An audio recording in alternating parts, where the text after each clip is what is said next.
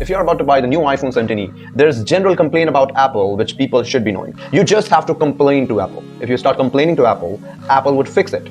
But they're fixing the complaints which they have themselves created. So on the first glance, this 17e is just looking like a refreshed version of 16e with a minor spec bump. But this isn't a minor spec bump. This is a whole-on new level of smartphone which you can get at $599. If you compare 17e with the 16e, you get base 256 gigabytes of storage instead of 128. You get 15 watt of MagSafe ecosystem, which is pretty good. Like last year, many people were complaining about the MagSafe that they haven't added in a $599 phone, which is not cheap, but it is the cheapest from the Apple, and they haven't added the MagSafe, which is just like the ecosystem of Apple. Talking about the 17e, this also comes with a ceramic seal 2x with 3x better scratch resistant and 33% less glares instead of standard glass in the 16e. This also comes with the C1X modem, which is more efficient and more battery healthfulness instead comparing with the 16e. So the last year iPhone 16 comes with A18 processor. This year it's A19, just a minor spec bump. So this is all what we wanted. Actually, yes. Actually, no. So if you want to admire people about buying 17e, what could be the thing which can be integrated in 17e by the Apple that would make people more buying? The first thing is brighter screen up to 2000 nits. Now it isn't, but it could be 2000 nits. It would be good that it would be 90 Hz refresh rate. It would be good if it is 18 megapixel front facing, center stage camera instead of the normal 12 megapixel camera.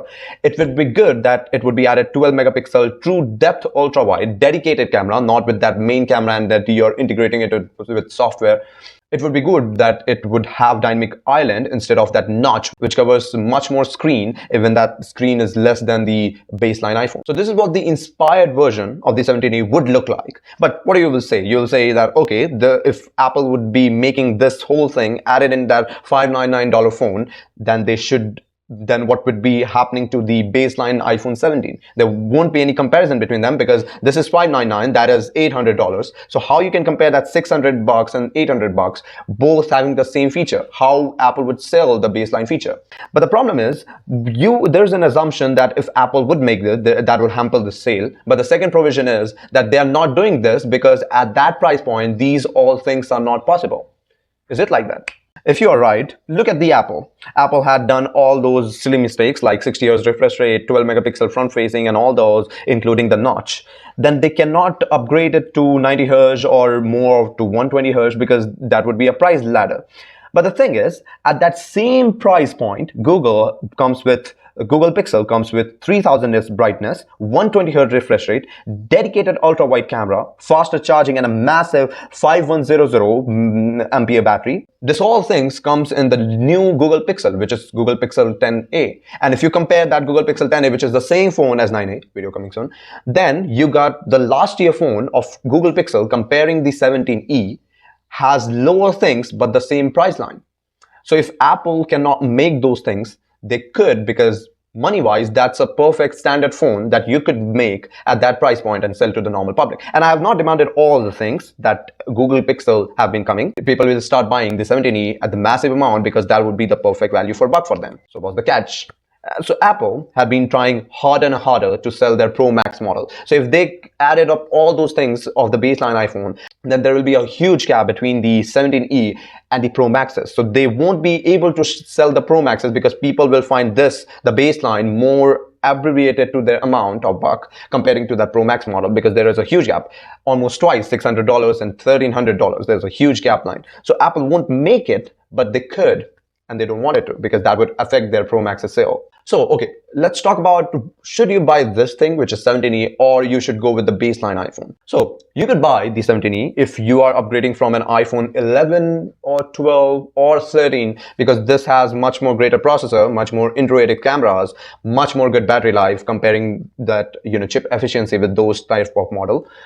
If you are prioritizing maximum storage capacity per dollar spent, then you are getting 256 baseline storage at $599. That's pretty good compared to the storage of that 11, 12, 13. And if you are not considering, the refresh rate of the phone, if you are, able to handle it with 60 Hz, which is pretty good, because if you are comparing the baseline of iPhone 11, 12, that comes with 60 Hz, so that would be particularly fine. And if you rather, compare those things like a luxurious smartphone, or, does not need an accessibility to get more into it, just good with that 60 hertz, this one is for you. And if you want to spend extra $200 for the iPhone 17, you'll be getting your frequent use up to 3000 nits of peak brightness, 120 hertz pro motion, scrolls fluidly, and regular shots, landscape, and tight integrated photography. I mean, you will be getting a nicer camera and a particular ultra wide camera for that price, but you need to spend $200 more. Will that be valuable?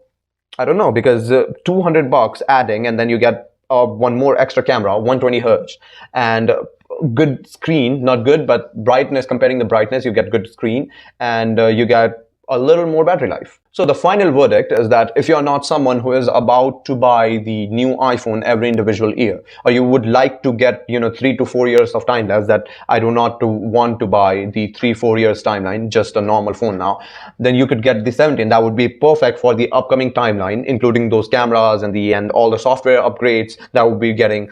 It would be likely to go 3 to 4 years. You can spend on that. But if you're someone who is, kind of buying every individual year a new smartphone, or not year, but 2-year gap, if you're buying new phones, then you could, try 17e for your sake of the bucks. So the final answer could be iPhone has made 17e a good choice for the people of what they belong to. Like, belonging means if they belong to Apple, they wanted to try the iPhone, or they are always in that ecosystem of iPhone, then you just go for 17e if you want to save $200.